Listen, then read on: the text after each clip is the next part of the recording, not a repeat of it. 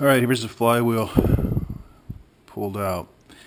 This is what we saw earlier when it was in the Jeep as far as what the disc rides on. So I didn't really see any rub marks. What I'm looking for is any type of unusual rub marks. Let's flip it over. And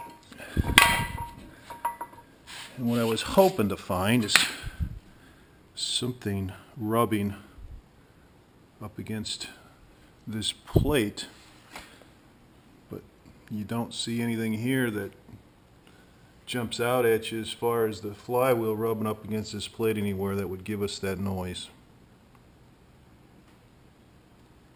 And there's nothing here either. Nothing stands out.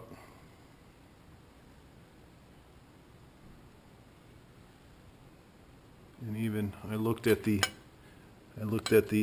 edge all the way around, and that's a little bit of engagement where the starter is, but other than that I could not find any indications that this flywheel was rubbing.